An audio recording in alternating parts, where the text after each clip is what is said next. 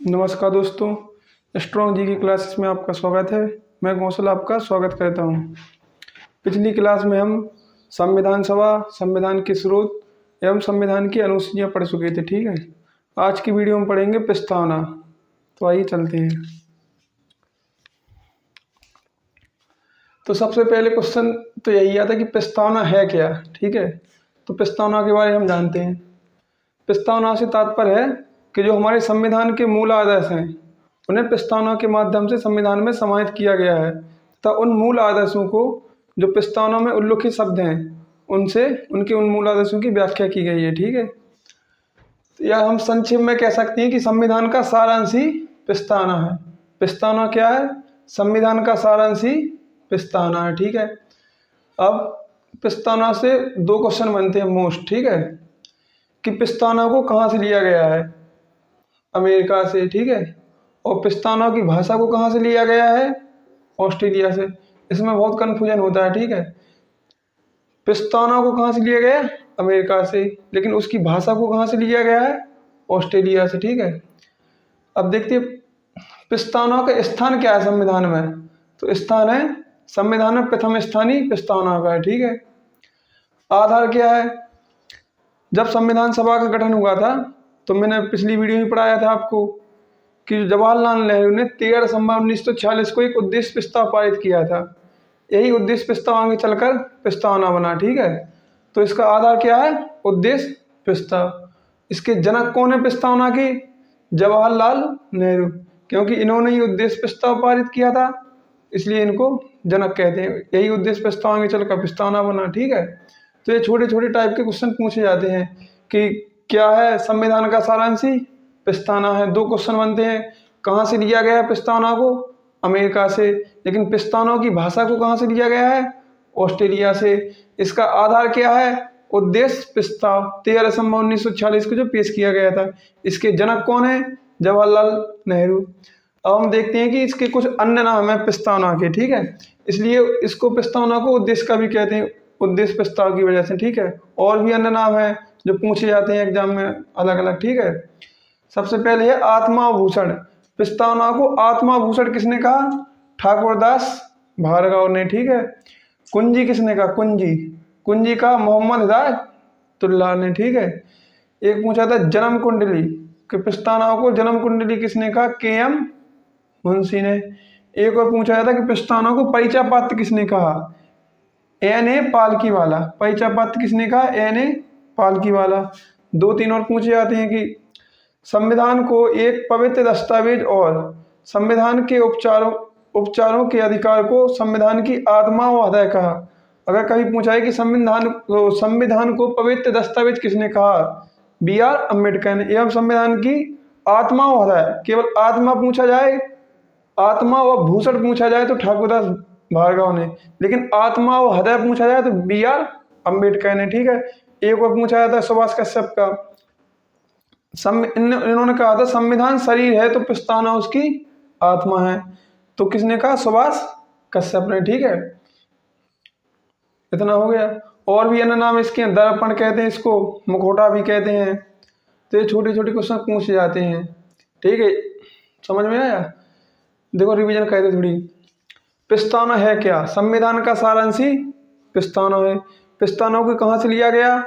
America से, लेकिन उसकी भाषा को कहाँ से लिया गया? ऑस्ट्रेलिया से।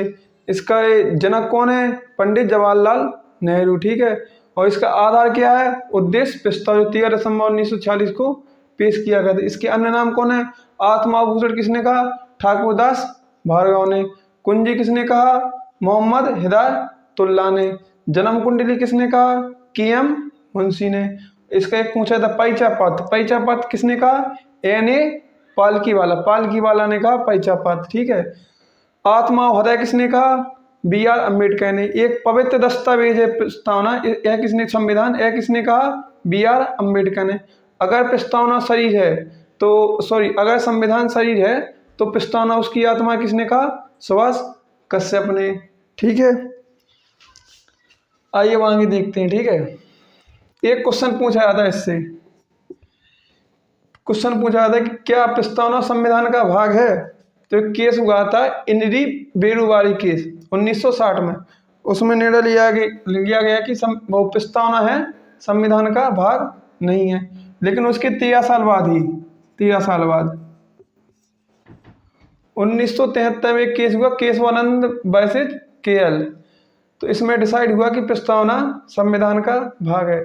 तो क्वेश्चन पूछा जाता है कि किस में कहा गया कि प्रस्तावना संविधान का भाग है, किस वर्ष? 1973। किस केस में? केशवानंद भारतीय वर्सेज केएल में। ठीक है।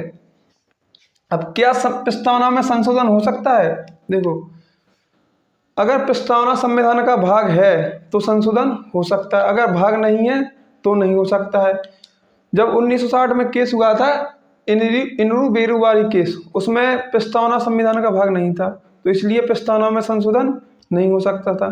लेकिन 1973 के बाद केशवानंद वर्सेज केएल, इसमें डिसाइड हुआ कि प्रस्तावना संविधान का भाग है, इसलिए 1973 के बाद प्रस्तावना में संविधान हो सकता है। इसलिए लिखा है पहले नहीं, मतलब 1973 के पहले नहीं, लेकिन 1973 के बाद संविधान में संशोधन हो सकता है। ठीक है।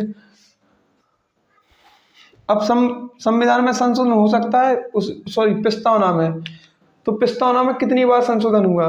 तो अब तक प्रस्तावना में एक बार संशोधन हुआ। मोस्ट अबाउट कई बार पूछा जाता है। कब हुआ? 42वां संविधान संशोधन सन 1976। 42वां संविधान संशोधन 1976 में पहली बार प्रस्तावना में संविधान संशोधन हुआ। अब इसमें क्या हुआ? प्रस्तावना में 3 शब्द जोड़े गए। कितने शब्द? 3 शब्द। अब ये 3 शब्द कौन कौन है? एक जोड़ा गया समाजवाद, एक जोड़ा गया अखंडता, एक जोड़ा गया पंथनिरपेक्ष।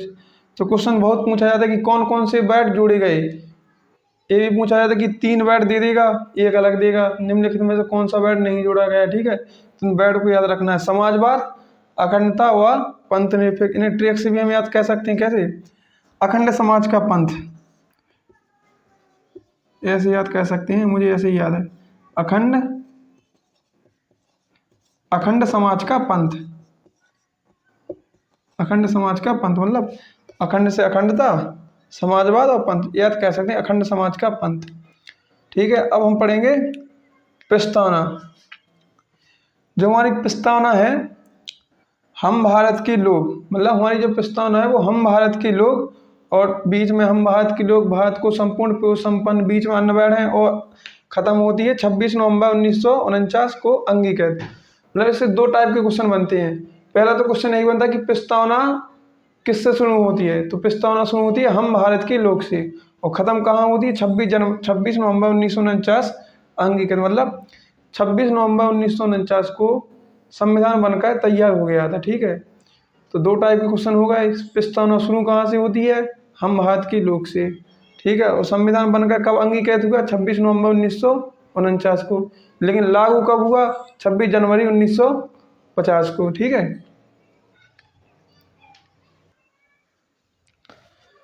अभी हमने पढ़ा था जो प्रस्तावना है वो हम भारत के लोग से शुरू होती है और 26 नवंबर 1949 को ख़त्म होती है। तो पहला क्वेश्चन बताया था कि प्रस्तावना किस शब्द से शुरू होती है? हम भारत के लोग से। अब हम पढ़ेंगे जो प्रस्तावना में शब्द हैं उनसे हमें प्रस्तावना से क्या पता चलता है, उनसे कि जो प्रस्तावना के अंदर जो शब्द प्रयोग किए गए हैं उनसे हमें क्या जानकारी प्राप्त होती है। ठीक है। तो हमारी जो प्रस्तावना है उनसे हमें 4 जानकारी प्राप्त होती है। पहली तो है कि हम भारत के लोग, इसका अर्थ क्या है? मतलब इसका अर्थ है कि जो हम भारत के लोग से शुरू किया गया है, तो इसका अर्थ है कि जो भारत की सर्वशक्ति है, जो शासन की सर्वशक्ति है, शासन की सर्वोच्च शक्ति जनता के हाथ में होगी, जनता के हाथ में होगी। ठीक है। हम भारत के लोग से पता चलता है कि जो शासन की सर्वोच्च शक्ति है वो जनता के हाथ में होगी। दूसरा पता चलता है इसकी प्रकृति के बारे में, संविधान की प्रकृति कैसी होगी। तो इसमें प्रस्तावना में शब्द आते हैं संपूर्ण पूर्व संपन्न, समाजवादी, पंथनिरपेक्ष, लोकतांत्रिक और गणराज्य। तो इनसे क्वेश्चन पूछा था कि इनका अर्थ क्या है। तो संपूर्ण पूर्व संपन्न का अर्थ है भारत पूर्ण रूप से स्वतंत्र है, भारत पूर्ण रूप से स्वतंत्र है। संपूर्ण पूर्व संपन्न कहते हैं कि भारत पूर्ण रूप से स्वतंत्र है, जो भारत अपने बाहरी एवं आंतरिक निर्णय खुद ले सकता है, ना किसी के दबाव में। ठीक है। समाजवादी का अर्थ है सभी समान है, सभी समान है। तो समाजवादी का अर्थ है सभी समान है, कोई ऊंचा नीचा नहीं है। ठीक है। पंथ निरपेक्ष, अगला शब्द है पंथ निरपेक्ष। पंथ निरपेक्ष का अर्थ है कि भारत का कोई विशेष धर्म नहीं है, कोई विशेष धर्म नहीं है, सभी धर्म समान है, सभी धर्म समान है। ठीक है। तो पंथ निरपेक्ष का क्या आता है कि भारत का कोई भी विशेष धर्म नहीं है और जो चाहे कोई भी धर्म मान सकता है, सभी समान है। ठीक है। एक आता है लोकतांत्रिक। लोकतांत्रिक का अर्थ है जनता का शासन, जनता का लोकतांत्रिक का अर्थ है जनता का शासन। ठीक है। एक आता है गणराज्य। गणराज्य का अर्थ क्या होता है? गणराज्य का अर्थ है कि जो भारत का सर्वोच्च अधिकारी होगा, भारत का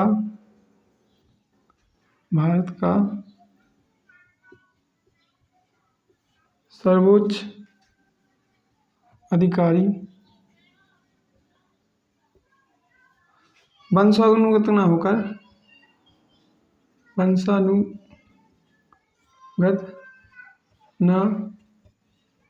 होकर जनता द्वारा चुना जाएगा, जनता द्वारा चुना जाएगा। ठीक है। मतलब गणराज्य का अर्थ है कि जो भारत का सर्वोच्च अधिकारी होता है, राष्ट्रपति, प्रधानमंत्री, वो वंशानुगत न होकर जनता द्वारा चुना जाएगा। एक होता है देखो राजतंत्र। राजतंत्र में क्या होता है कि जैसे जो राजा होगा वो अगला राजा बनेगा, वो उसका पुत्र ही बनेगा, जो राजा चाहे उसको बना सकता है। लेकिन गणराज्य में ऐसा नहीं है, जो भारत का सर्वोच्च अधिकारी है वो जनता द्वारा चुना जाता है। ठीक है। इससे हमें प्रकृति के बारे में पता चल गया। संपूर्ण पूर्व संपन्न कहते हैं भारत पूर्ण रूप से स्वतंत्र है, मतलब किसी के दबाव में नहीं है। ठीक है। समाजवादी का अर्थ है, क्वेश्चन पूछे जाते हैं इनके कि पंथ निरपेक्ष दे देगा, इसका अर्थ पूछा जाएगा कि भारत का कोई विशेष धर्म नहीं है। संविधान प्रस्ताव नाम है, कौन सा शब्द इसको इसकी व्याख्या कह सकता है, कहता है। ठीक है। तो पंथ निरपेक्ष। ठीक है।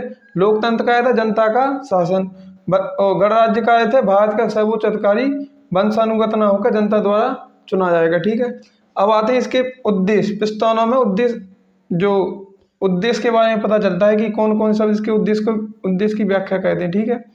पहला न्याय। तो जो हमारी प्रस्तावना में कितने प्रकार की न्याय देती है? तो 3 प्रकार की न्याय देती है। ठीक है। सामाजिक, पहला न्याय है सामाजिक। ठीक है। दूसरा है आर्थिक, तीसरा है राजनीतिक। तो प्रस्तावना में कितने न्यायों की व्याख्या की गई है? 3, सामाजिक, आर्थिक और राजनीतिक। अब एक क्वेश्चन पूछा जाता है, एक क्वेश्चन आएगा कि प्रस्तावना में किस न्याय की व्याख्या नहीं की गई है? 4 ऑप्शन होंगे। पहला होगा सामाजिक, आर्थिक, राजनीतिक, एक होगा धार्मिक। तो हमारी जो प्रस्तावना है, संविधान है, वो धार्मिक न्याय की बात नहीं कहता है। कितने प्रकार के न्याय? 3, सामाजिक, आर्थिक और राजनीतिक। नोट में लिख लेंगे यार, धार्मिक की नहीं। ठीक है। धार्मिक की नहीं। ठीक है। 3 प्रकार के न्याय हो गए। अब इसमें पता चलता है स्वतंत्रता। कितने प्रकार की स्वतंत्रता है संविधान में? तो 5 प्रकार की स्वतंत्रता है। ठीक है। पहली स्वतंत्रता है विचार। ठीक है। हमें अपने विचार प्रस्तुत करने की स्वतंत्रता है। ठीक है। दूसरी है अभिव्यक्ति, विचार। एक होगी विचार की स्वतंत्रता, एक होगी अभिव्यक्ति की। विश्वास की,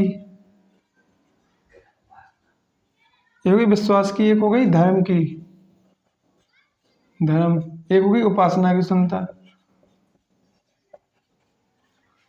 तो कितनी प्रकार की स्वतंत्रता है? 5 प्रकार की। 3 प्रकार की ये धार्मिक। ठीक है। धार्मिक की व्याख्या नहीं है। ठीक है। 3 प्रकार की न्याय है, 3 न्याय, 5 कितनी है स्वतंत्रताएं, विचार, अभिव्यक्ति, विश्वास, धर्म और उपासना की स्वतंत्रता। ठीक है, समानता के बारे में पता चलता है इसकी, प्रतिष्ठा और अवसर की समानता, प्रतिष्ठा और अवसर, प्रतिष्ठा और अवसर। कितनी प्रकार की समानता है, 2 प्रकार की। ठीक है, 2 प्रकार की। ठीक है, न्याय कितने प्रकार का है, 3 प्रकार का, सामाजिक, आर्थिक और राजनीतिक। स्वतंत्रता कितनी है, 5, विचार की स्वतंत्रता, अभिव्यक्ति, विश्वास, धर्म और उपासना। समानता कितने प्रकार की है, 2, प्रतिष्ठा और अवसर की। क्वेश्चन पूछा जाता है कि कितने प्रकार की न्याय की बात कहता है, 3 प्रकार की स्वतंत्रताएं, 5 प्रकार की और समानताएं 2 प्रकार की। लास्ट है 26 नवंबर 1949 को क्या हुआ, संविधान अंगीकृत हो गया। ठीक है, लागू कब हुआ, 26 जनवरी